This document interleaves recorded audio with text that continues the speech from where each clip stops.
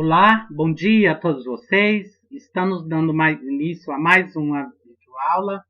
Nesta aula de hoje, na aula de História, nós vamos discutir sobre o surgimento da civilização islâmica. Então, nós vamos estudar sobre o surgimento e a expansão da civilização do mundo islâmico. Nós temos aí, como uma das grandes religiões do mundo, que é o islamismo.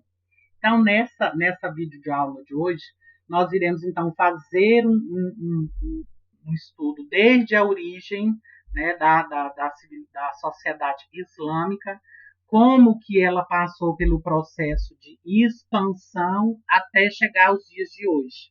Nós temos aí a figura do Aladim, que representa aí a cultura, né, do mundo islâmico, tá? Então, inclusive, vou passar para vocês a atividade para quem está aí, em aula remota, tá? Vou passar uma atividade para vocês referente ao filme do Aladim, tá? O desenho do Aladim, que vai ser uma das atividades que vocês farão aí como aulas remotas, tá? Então, fiquem atentos, prestem atenção, que eu tenho certeza que vocês vão adorar essa aula de hoje. Então, vamos lá, dando continuidade, nós temos aqui,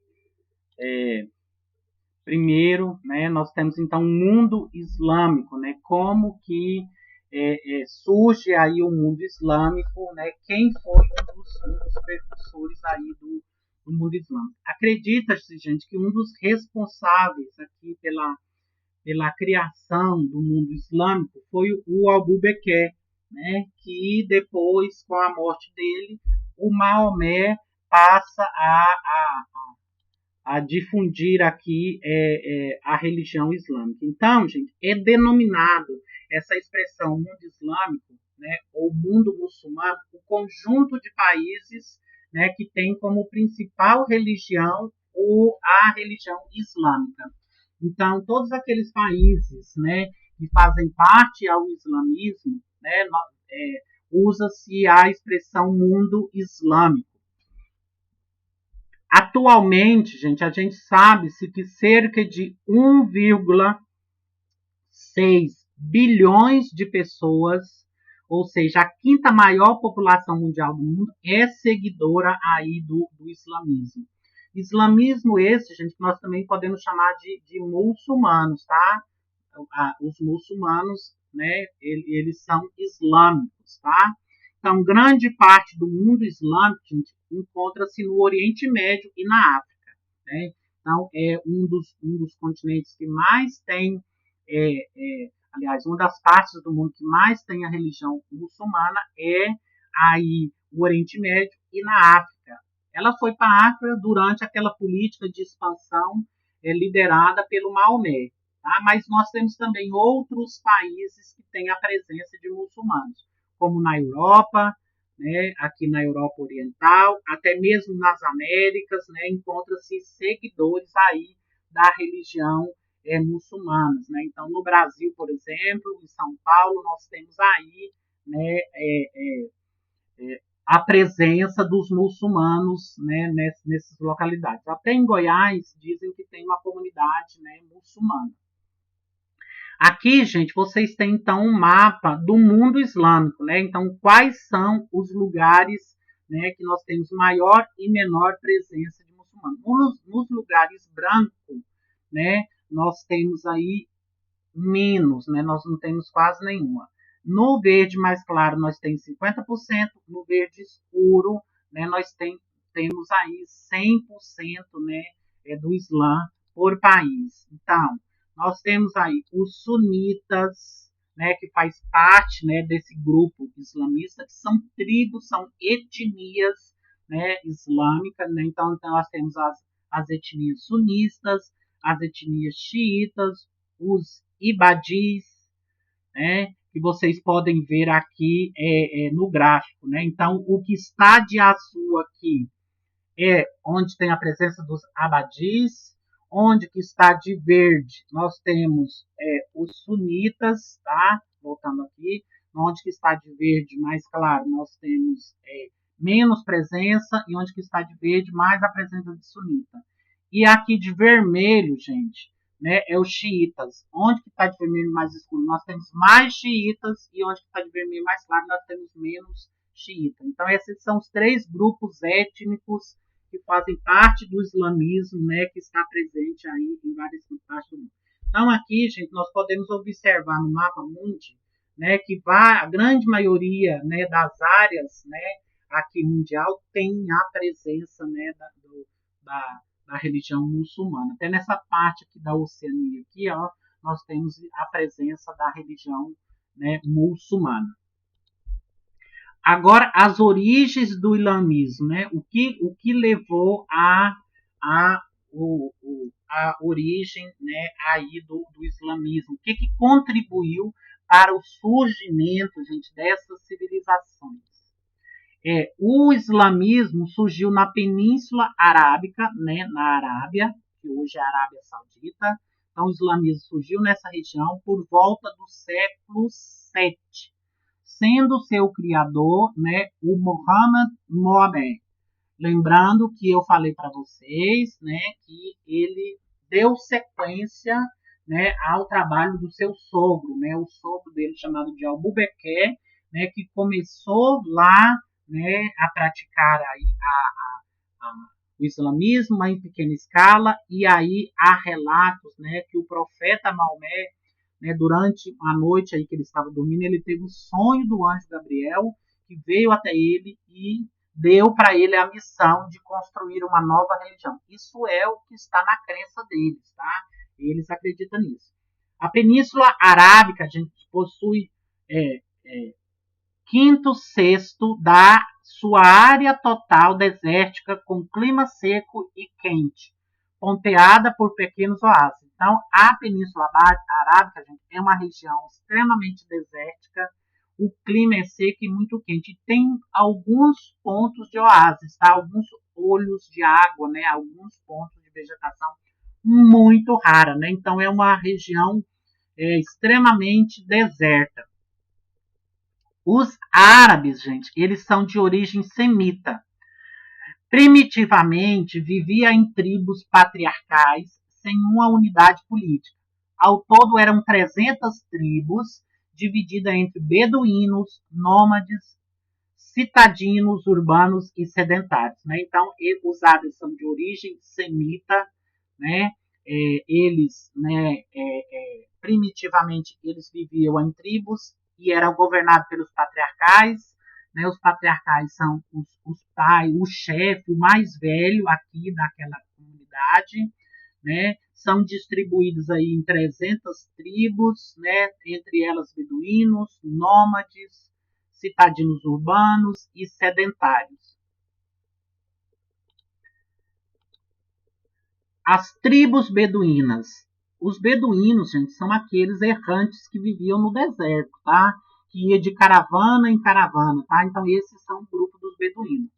Os beduínos, nômade ou seminômade, habitavam em tendas, vagando pelo deserto à procura de oásis. Então, essas tribos beduínas, gente, elas ficavam, né? E ficam até hoje ainda migrando no deserto, vagando pelo deserto à busca de um oásis de água, à busca de um olho d'água. Então, eles viajam em caravanas, né? Em camelos aí, levando toda a sua, né, vamos dizer, a sua casa, né, aí nas costas do camelo. Então, nós temos as tribos nômades, né, que muda de um lugar para o outro, e as tribos seminômades. As tribos urbanas, nós vamos ter também as tribos que vivem em cidades, tá? As tribos que eram sedentárias, né, que viviam aí do comércio e da agricultura, viviam, né, em comunidades já na cidade. As duas principais cidades mais importantes aí dos islâmicos eram as cidades de Meca, né, e Latrebe, ou Medina, né? A Latrebe também foi chamada depois de Medina. Meca, gente, é considerado como um lugar sagrado para os muçulmanos. porque de acordo com os pilares da religião, todo muçulmano tem que, quem tiver condições, tem que ir uma vez na vida a Meca, que é considerado essa cidade sagrada. A cidade de Latreb Medina, gente, fica na costa, na faixa costeira do Mar Vermelho, né? Aqui lá no Egito, né? O sul da Península Itálica. Então ele fica no sul da Península Arábica, tá, gente? Península Arábica, na Arábia Saudita. Então ela fica nessa outra lado da margem aí do rio, né, do Mar Vermelho, que foi onde os hebreus passaram, né? Aqui saíram do Egito e passaram pelo Mar Vermelho. Agora, os períodos da história islâmica. A história islâmica é dividida em dois períodos. Né? Então, a formação do período das histórias islâmicas é em dois. Nós temos, então, o pré-islâmico, que é o período anterior ao islamismo, e nós temos o período islâmico, que é posterior ao islamismo. Tá? Então, o pré-islâmico é esse período anterior e o islâmico é esse período posterior aí ao islamismo, tá? Então vamos lá, próximo slide. Antes do islamismo, os povos árabes eram politeístas, gente. Eles adoravam vários deuses e deusas e acreditavam em espíritos, em gênios, né? Os djinns, seria o quê? Os gênios da lâmpada. Tanto é que o conto, né, da Mil e Uma Noites, que a Ruth Rocha vai traduzir para o português, ela retrata o mundo árabe, né? Ela traz aqui, né, para o mundo árabe. E temos o filme Aladim, né? No filme Aladim, o Aladim ele ele encontra uma lâmpada e sai um gênio da lâmpada, né? Então, eles acreditam, antes de surgir o islamismo, eles acreditavam muito nessa ideia, né, de gênio, de um djinn, né, que era o gênio mau, né? Cada elemento da natureza, clã, tribo, elementos naturais, como o sol e a luz, estava sob a proteção de alguma divindade. Então, eles acreditavam que a natureza, que o seu clã, a sua família, as tribos, né, estavam sendo protegidos por esses elementos naturais, que é o caso do sol, da lua. Então, eles acreditavam, né, que esses elementos naturais, né, eram deuses. Né? Então, por isso que eles eram politeístas. Né? Eles acreditavam, né, em várias divindades. Nós vamos ter agora o período pré-islâmico, tá? Quais são as características desse período? Nesse período proliferavam tribos de beduínos que eram politeístas e os grupos urbanos localizados nas cidades de Meca e Latrebe, que também era politeísta. Então, antes do surgimento, presta atenção, antes do surgimento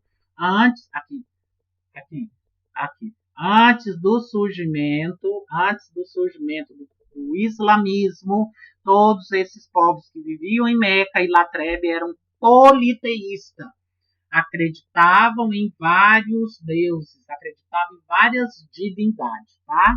Então, por isso que são chamados de pré-islâmicos. Na cidade de Meca, gente, estava localizada a Caaba, templo em formato de cubo, onde estavam imagens de 365 deuses cultuados pelo mundo árabe. Isso antes do surgimento da religião islâmica. Na Caaba estava a Pedra Negra, símbolo máximo da fé islâmica, que, segundo a tradição, foi trazida à terra pelo arcanjo Gabriel. Né? Então, essa Pedra Negra, gente, que está na cidade de Caaba, é considerada como uma pedra sagrada, porque eles acreditam que essa pedra, segundo a tradição deles, né, os dogmas deles, as crenças deles, essa pedra foi trazida, né, pelo anjo Gabriel. Então aqui nós temos Caaba, que fica em Meca, tá? Aqui, gente, é a cidade sagrada deles. Então todos os anos, quem tem condições tem que ir, né, uma vez na vida nessa cidade santa, que é essa imagem que é o centro de Meca. Aí, gente, a Meca leva milhões e milhões de peregrinos, né, aqui na visita da chamada Casa Santa para eles, né? Agora nós vamos falar do período islâmico, né? Quais foram as características que sucederam aí durante esse período islâmico? Um dos membros da tribo dos Coraixitas, né, que era o Maomé, entra em contato com judeus e cristãos. Então, gente, acredita-se que o islamismo, né, ele é fruto do judaísmo e do cristianismo. Então, o, o Maomé entrou em contato aí com os judeus, né, e com os cristãos e começou então a construir, né, as bases do fundamento da sua nova religião. Então, gente, Maomé começa a proteger a crença monoteísta, então Maomé começa a pregar uma crença monoteísta e orientar que os povos islâmicos vai abandonando essas crenças politeístas e passa a acreditar no único Deus. O que fez com que ele fosse expulso de Meca, né? Então, lógico que, né, uma pessoa chega e fala aí, né, para deixar de seguir os seus deuses, né? E também os comerciantes, né? Os comerciantes daquela época começaram a perseguir, né, o Maomé, porque o Maomé estava fazendo pregações, né, contra a atividade comerciária, né, contra os comércios. Então, os comerciantes, né, vai perseguir o Maomé, que ele tem que sair fugido, tá, para outra cidade. É a Hégera, ou fuga, tá? Então, a fuga de Maomé, aqui de Meca, quando ele foi expulso, que ele vai para outra cidade, é chamado de Hégera. Na crença do islamismo, Hégera significa fuga. Ele, então, foge de Meca, a gente passa a viver em Latrebe, em 622, onde é bem recebido e seus ensinamentos são aceitos. Então, ele foge para... Ele pratica a Hégera, ele foge para Latrebe, fica lá, e lá as pessoas que viviam ali, né, começaram a aceitar os seus ensinamentos. Em 630, Maomé lidera, então, um exército para conquistar Meca, convertendo, então, a cidade de Caaba em centro religioso de adoração de Alá. Alá é o nome que eles dão para Deus, né? Então, os islâmicos chamam Deus de Alá. Então, o Maomé, juntamente aí com o exército, né, invade a cidade de Caaba, né, que fica aqui, né, em Meca, né, e converte toda essa religião, tornando aí um centro religioso. Aqui nós temos uma imagem, né, dessa representação do exército indo em direção a Caaba. A palavra Islã quer dizer, gente, submissão a Alá. Então, todos eles têm que ser submissos a Deus, né? Tudo que eles fazem é em favor de Deus.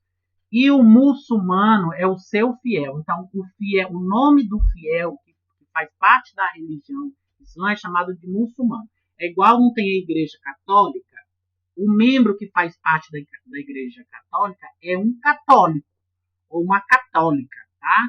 Então, o fiel que faz parte aí do islamismo é chamado, então, de muçulmano, ok? Só um momentinho aqui, que minha cachorrinha tá querendo fazer xixi. Minha cachorrinha tava fazendo xixi no meu pé.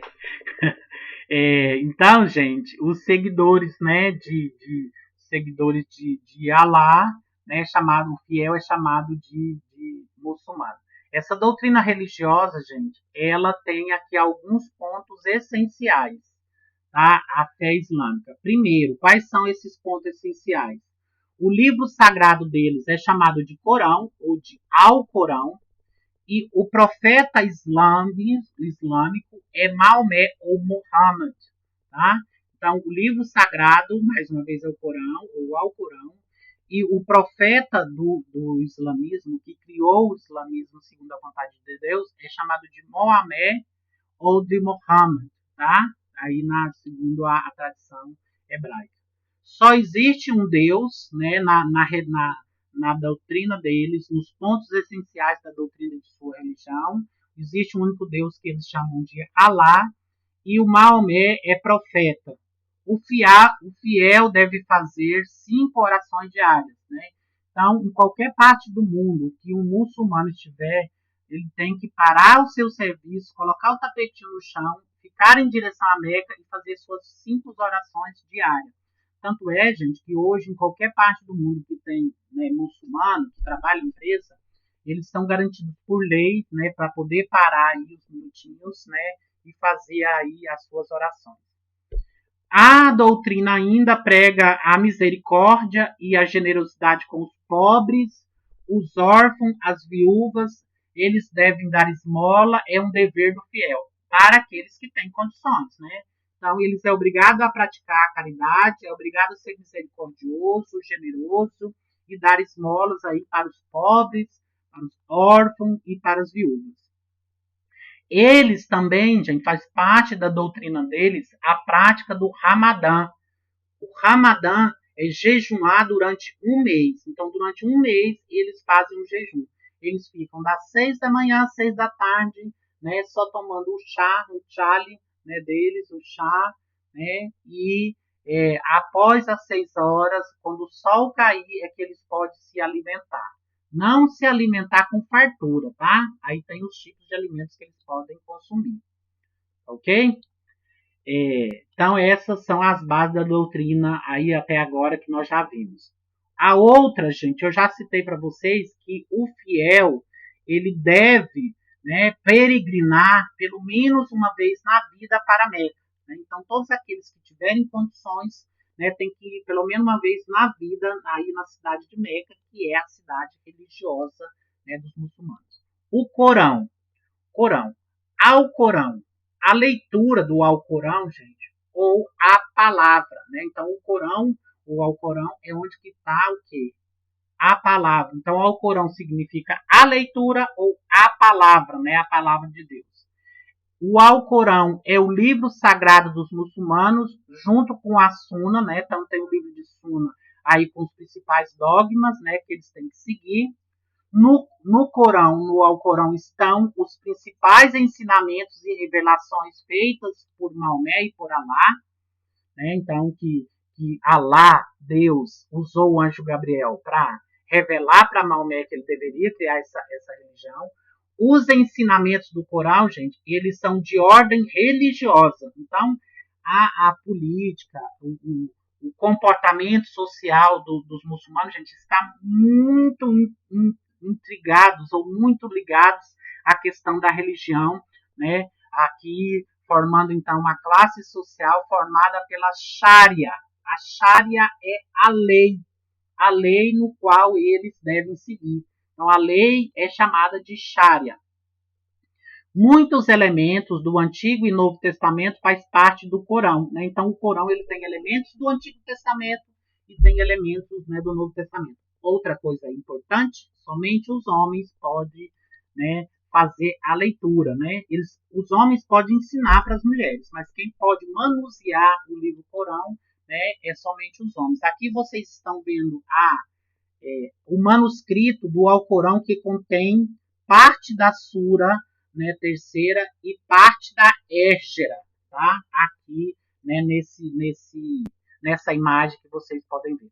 Após a morte de Maomé, em 632, a religião sofreu divisões. As mais destacadas foi... Então, gente, quando Maomé ele morreu, houve uma divisão da religião. Então, né, houve um racha e foi surgindo várias outras religiões dentro do islamismo, tá? Então, a religião sofreu aqui, né, divisões após a morte de Maomé. A mais destacada, gente, é os sunitas.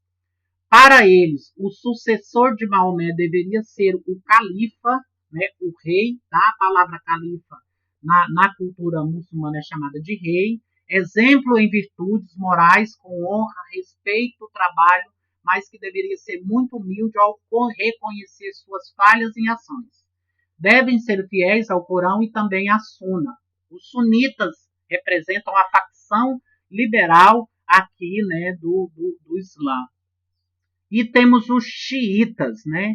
Os xiitas, gente, para eles, o chefe de Estado Islâmico deveria ser o descendente legítimo de Maomé, o imã ou imame é inspirado diretamente por Alá. Sua palavra, gente, é inquestionável. Aceitam apenas o Corão. São encontrados principalmente no Irã e no Iêmen, tá? Os xiitas, eles estão mais presentes no Irã e no Iêmen, tá? Esse grupo, né? Esse grupo descendente aqui do islamismo. Além dos sunitas e xiitas, gente, há outros grupos religiosos islâmicos. O terceiro grupo mais numeroso é o dos carrijas ou ibadistas, né? Os carrijas, né? Cadijas e os abaditas. Carrijas, esse grupo prega que o homem, independente de suas origens familiares, pode ser um líder dentro da comunidade islâmica. O que os abadistas pregam, gente, é que completamente ao contrário, né, do que pregam os sunitas e os xiitas, né, é que a grande maioria dos abadistas vivem em Omã, né, então esses cadijas, né, vivem aqui na cidade de Omã. Primeira etapa, segunda etapa e terceira etapa da expansão do islamismo. O islamismo, então, vai sofrer 3 grandes momentos de expansão, ou seja, né, se expande, né, para outras partes do mundo. Então, nós temos o Estado muçulmano era teocrático, ou seja, um Estado religioso com as jihadis, que é as guerras religiosas, o islamismo se expandiu por várias regiões do planeta. Então, gente,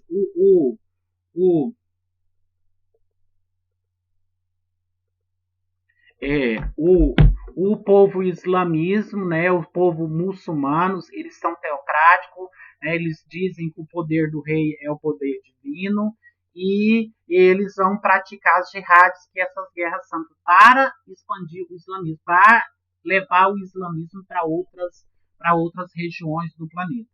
Os califas sucederam Maomé, passando a ocupar seu posto no controle religioso, político e militar no mundo árabe.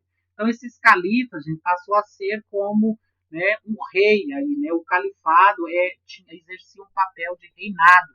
Tanto é que após a morte de Maomé, esses califas vai assumir o controle religioso, político e o militar no mundo árabe. A expansão, gente, do Islã obedeceu às seguintes etapas. Nós vamos ver quais são essas etapas. Na primeira etapa, que aconteceu de 632 a 661, sucessores de Maomé, os califas conquistaram a Pérsia, a Síria, a Palestina e o Egito. Isso durante esse ano de 630 a 661.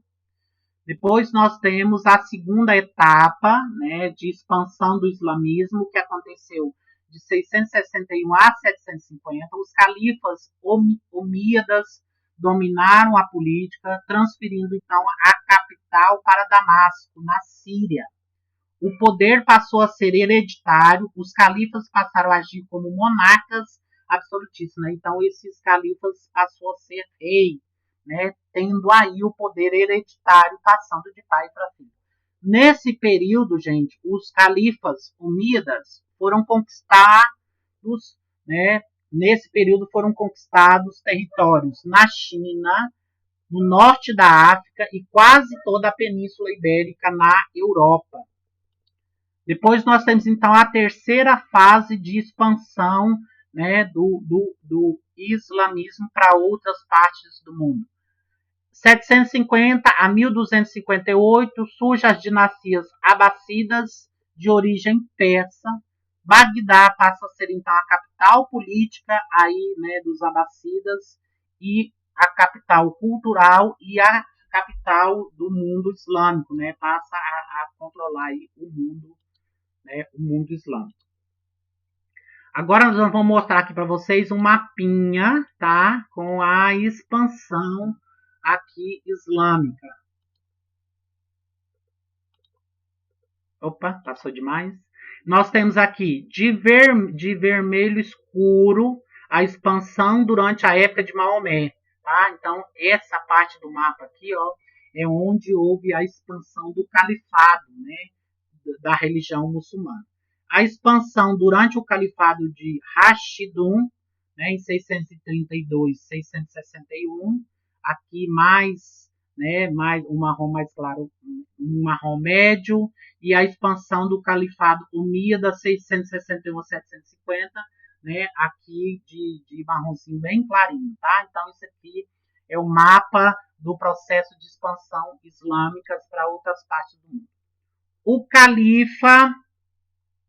califa, gente, passou a ter poderes religiosos, deixando a administração para o vizir, né? O vizir aí, né, passou a governar. Os califas promoveram também um avanço significativo pela Europa e sul da Península Itálica. Córdoba, na Espanha, e Cairo, no Egito, se tornaram estados independentes. A rivalidade entre os califados e a resistência dos povos dominados freou a expansão islâmica. Nós temos aqui a figura do vizir, tá? Isso aqui é uma foto do vizir. Imagem Kalhangen Hassan Ben Mossa, um bedoer da tribo Hawaharen. Então é o quadro de um dos vizir aqui que assumiu, né, a cidade de Córdoba, na Espanha e no Cairo. Agora a economia, né, no mundo islâmico. O comércio, gente, era uma das principais atividades do mundo islâmico, né, praticada aqui nas cidades muçulmanas. Né? Os beduínos, por exemplo, também praticavam o comércio. Foram eles que criaram meios jurídicos relacionados ao comércio, como cheque, letras de câmbio, recibos e bancos. Então, essa ideia de fazer cheque, de fazer nota promissória, de um recibo, a criação de um banco foi criado pelos muçulmanos, né, pelos islâmicos. Então, gente, eles dominaram todo o comércio do mundo árabe. Então, todo o comércio do mundo árabe estava nas mãos dos muçulmanos. Dominavam o comércio com várias partes do mundo, dominando as rotas marítimas e terrestres. Então, nessa parte aqui, eles dominavam todo o comércio terrestre, né? Tanto é que eles comercializavam aí com a Europa. Aqui nós temos, então, né, um beduíno, né, no camelo, que faz parte, então, de uma caravana de comércio. Cavalier, tá em francês, não vou entender não, tá? Então, esse aqui é uma imagem, né, dos comerciantes, né, que andavam pelo deserto. Caravanas atravessavam o deserto, gente, continuamente. Né? Então, transitava-se caravana, né, de comerciantes com camelos de um lado para o outro o tempo todo. Né? Então, eles dominavam toda essa região do deserto da Arábia. Obras de irrigação, fertilização e uma variada produção agrícola foi garantindo o desenvolvimento de novas mercadorias. Né? Então, eles aprenderam a canalizar as águas dos rios, né, durante o período de chuva, e aí essas águas eram guardadas em canais e em tanques. E os muçulmanos, gente, eles plantavam, né, em algumas localidades onde tinha terra, era mais possível produzir. Eles plantavam o trigo, o algodão, o arroz, a cana-de-açúcar, entre outros. Então, acredita-se que quem introduziu esses alimentos lá na Europa foi os muçulmanos, né, que introduziu esse comércio aqui, né, na Europa. Também, gente, eles desenvolveram a pecuária, a criação de cavalos, tanto é que os cavalos árabes são os cavalos mais caros do mundo, que a gente fala que é o sangue puro. Então, um cavalo árabe é caríssimo. Eles criavam bois, eles criavam carneiros e criavam também camelos. Aqui vocês podem ver, gente, a foto de uma caravana, tá? Aqui, né, indo praticar o comércio. Tá? Também está em francês, não vou entender, tá? O campo das ciências. Como que houve o desenvolvimento da ciência? A busca pelo conhecimento é uma premissa da religião islâmica. Então, buscar a ciência, buscar o conhecimento, gente, era um dos objetivos principais aqui do mundo islâmico. Tanto é que os cientistas mais importantes se concentram ali, né, ou veio do mundo árabe. Daí, gente, eles têm desenvolvido várias importantes invenções e descobertas, gente, nas mais variadas áreas do conhecimento científico. Na química, eles têm desenvolvido aí estudos na produção de álcool, açúcar, o nitrato de prata, né, que é a matéria-prima de produzir a prata, o carbonato de sódio, né, que todos nós conhecemos, e novas fórmulas para a produção de vidro e esmaltes cerâmicos, né, tendo em vista que eles praticam muito a cerâmica, né, então, e eles fazem muito arquitetura de vidro. Na medicina, eles né, investiram em cirurgia e as causas de algumas moléstias, como o sarampo, foi descoberto por eles. Na matemática, a utilização do zero, né, a introdução dos algarismos arábicos e a álgebra, né, foi introduzida pelos árabes. Na filosofia, nós temos então as obras de Aristóteles e Platão, que são então importantes filósofos, né, desse mundo árabe. Na física, eles desenvolveram a ótica como desenvolvimento de lente, né? Então, o desenvolvimento de lente aqui para os óculos, né, foi uma invenção aqui dos muçulmanos. Também a astronomia, gente. Tanto é que os árabes já praticavam o estudo da astronomia desde desde os primórdios aí da civilização desse povo. Então, eles estudavam muito a astronomia, né? Porque antes, por serem politeístas, eles precisavam conhecer aí os astros. Tanto é que muitas divindades lá no politeísmo, né, eram astros, né? Então, eles desenvolveram o astrolábio, instrumento de medição de orientação espacial, que era muito usado aqui pelos navegadores. Agora, no campo da cultura, que é o que eu mais gosto. O mundo ocidental recebeu, gente, forte influência da cultura muçulmana. A literatura árabe, por exemplo, possui o clássico chamado As Mil e Uma Noites, que inclusive esse livro foi adaptado aqui no Brasil pela Ruth Rocha.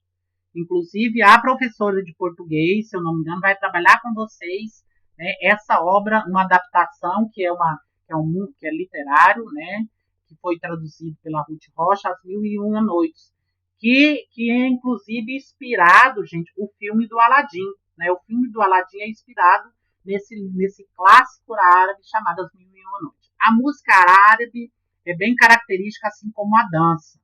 Os perfumes, os cosméticos, os elementos culturais também foram fortemente influenciados, gente, pela cultura islâmica, né? Então, nós temos aqui a figura, né, de artesanato, né, de cerâmicas aqui, né, que faz parte da cultura islâmica.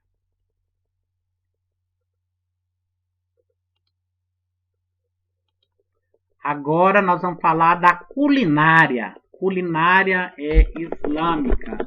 Nós vamos falar então da culinária islâmica, para já ir fechando essa parte da explicação. A culinária muçulmana, gente, é extremamente diversificada, pois engloba diversos povos. Eles faz parte aí do seu cardápio as tâmaras, o trigo, o arroz, o grão de bico, queijos, iogurtes, as favas, pepinos, berinjela e carnes. Carnes bovinas, carnes caprinas, né, de cabra e de aves. Eles consomem também lentilhas, hortelã, né, porque eles fazem o quibe, né, e aí no quibe eles põem muita hortelã, a salsa, os figos, as tâmaras e as romãs. Lembrando que as romãs, gente, era uma fruta dos deuses, né? Teve um dado momento aqui que só os deuses poderiam comer as romãs, que eram frutas sagradas. Carne de porco é proibida, então os muçulmanos não comem carne de porco, né, porque é uma carne que não é sagrada, né? Então eles não comem carne de porco. Os pratos típicos, né, desse lugar é o tabule, a esfirra, o quibe e o cuscuz árabe, né, que enfim, muita gente gosta aí de comer nesses restaurantes árabes. O café foi difundido pelos árabes, né? Então, os árabes difundiu bastante o café. Nós temos aqui, gente, ó, a imagem de um cardápio, né? De um buffet aqui, né? Dos árabes, né? Então, a comida deles é bem natural, bem, né, diferenciada aqui. Então, aqui vocês podem ver parte da alimentação aí desses povos. Agora as artes, também adoro falar sobre isso, né, das artes.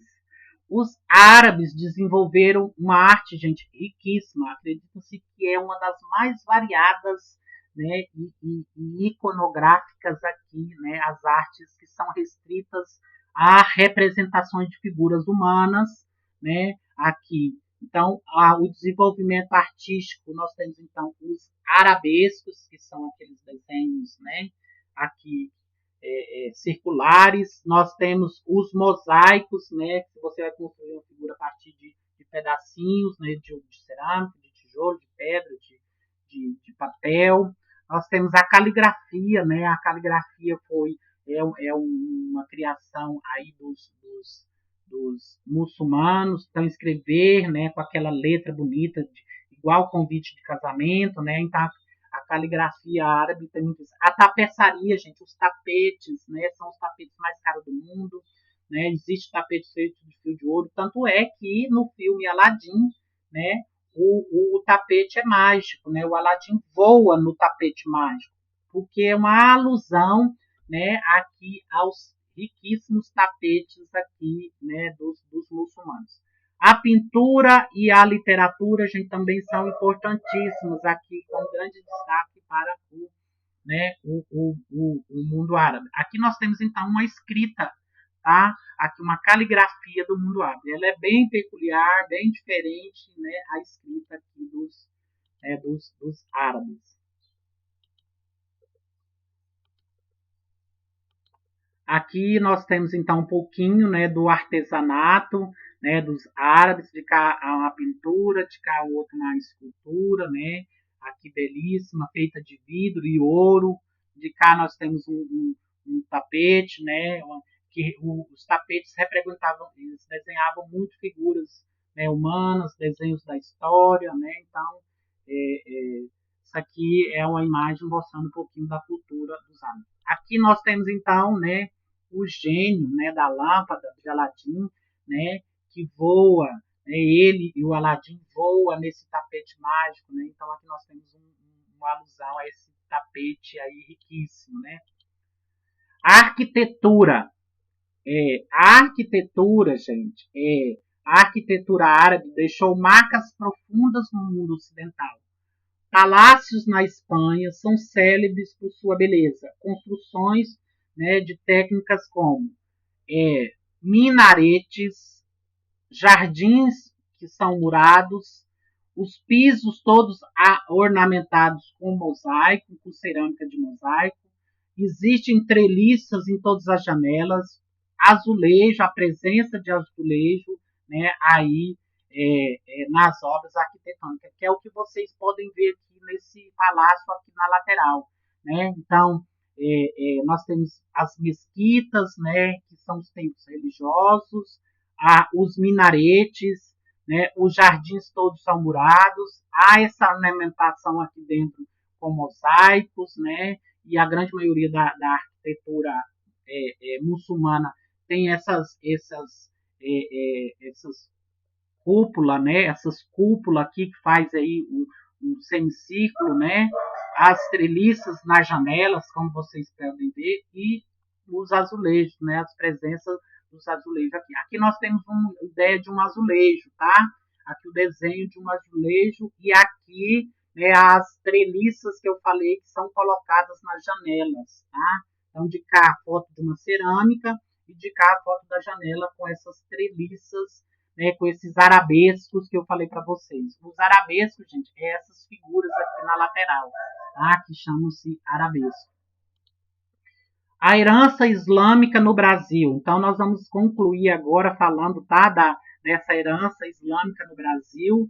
A presença muçulmana na Península Ibérica, Portugal e Espanha deixou uma herança significativa para a cultura brasileira, né? Então, a presença dos muçulmanos tanto em Portugal quanto em Espanha, né, trouxe essa cultura também do islamismo para o Brasil. Na língua, nas palavras, como a palavra álcool, açúcar, alicate, alface, almoxarife, xerife, Recife, arrecife, tudo isso são palavras, gente, do calendário do mundo ibérico, né, da Península Ibérica. O açúcar e o álcool, toda a tecnologia para a produção durante o período colonial.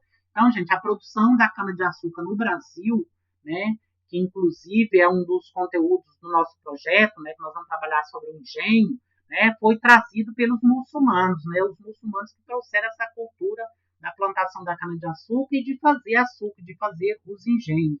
O comércio eram itinerantes, altamente chamados de prestamista, né? Então, os prestamistas eram os mascates da época. Eles vendiam comidas como cuscuz, temperos, especiarias, vendiam a azulejaria, os mosaicos nas construções, os combogôs, né? Tudo isso foi influenciado no Brasil. Então, aqui nós temos um cuscuz marroquino, tá? Um cuscuz árabe, né? Que é uma das refeições aqui.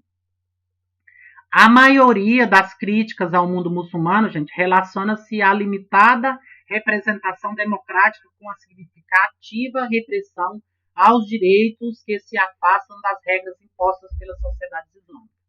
Atualmente, gente, pode ser observada 23% da população mundial de origem muçulmana. Estimativas concluem que o número de muçulmanos no mundo, gente, é de cerca de 1,6 bilhões, tá? E são a maioria em 49 países, com aproximadamente 60 línguas, e vem de diversas origens técnicas. O árabe é a língua oficial, inclusive a língua litúrgica. Então, isso aqui é o mundo islâmico hoje, tá? Como que é a realidade do mundo islâmico hoje. Dubai, gente, representa atualmente a riqueza cultural e econômica do mundo islâmico, né? Isso aqui é uma apologia à riqueza Dubai, né? Que foi uma cidade, né, construída em cima, né? A areia foi levada para ali, foi construída toda essa cidade. Após a guerra, que praticamente arrasou a economia do povo do Kuwait, o mundo assiste um renascimento dessa nação. Então, aqui nós temos, né, o Kuwait, que foi desastrado, destruído, né, aqui durante a guerra, né, da guerra do Kuwait, né, Estados Unidos e Kuwait, e hoje esse país vive aí, né, a sua reconstrução, né, histórica. Então, gente, eu termino aí, né, essa videoaula, né, deixando para vocês aí um grande abraço, tá? Fiquem com Deus e até a próxima videoaula. Espero que vocês tenham gostado e vou passar para vocês uma atividade sobre o filme Aladdin. Então, quem já tiver possibilidade, já assiste aí, já vê no YouTube, tá? Ou algum aplicativo, porque eu vou passar uma atividade para vocês, né? Referente ao filme Aladdin. Porque como nós estamos discutindo a cultura do mundo árabe, então nós vamos fazer uma atividade, né, com relação ao filme Aladdin. Então, já comecem aí a assistir, tá? Porque eu já na quinta-feira, amanhã, né, já vou publicar aí, já vou mandar para a escola para imprimir e vou publicar já para vocês a atividade que os presenciais vão ter que fazer e os que ficaram em casa no ensino remoto, tá, vão ter que fazer essas atividades relacionadas ao mundo árabe. Então, tchau para vocês, fique com Deus, se cuida, usa máscara. Eu estou sem máscara porque eu estou aqui em casa. Lavem as mãos, tá? Importantíssimo. E o distanciamento social. Tenho fé que nós vamos sair dessa situação logo. Eu espero logo estar com vocês, porque não aguento mais gravar videoaula. Eu quero muito contato com vocês, né? Eu gosto muito, né, dessa relação professor e aluno, mas presencial. Né? Aqui eu estou falando sozinho, parece. Né? Então, eu estou com muita saudade de vocês, quero muito reencontrá-los e em breve nós vamos poder fazer isso, tá? Então, eu deixo para vocês um grande abraço, fiquem com Deus, tá? E não esqueça, assista o filme Aladdin, que nós vamos fazer a atividade. Tchau! Fui!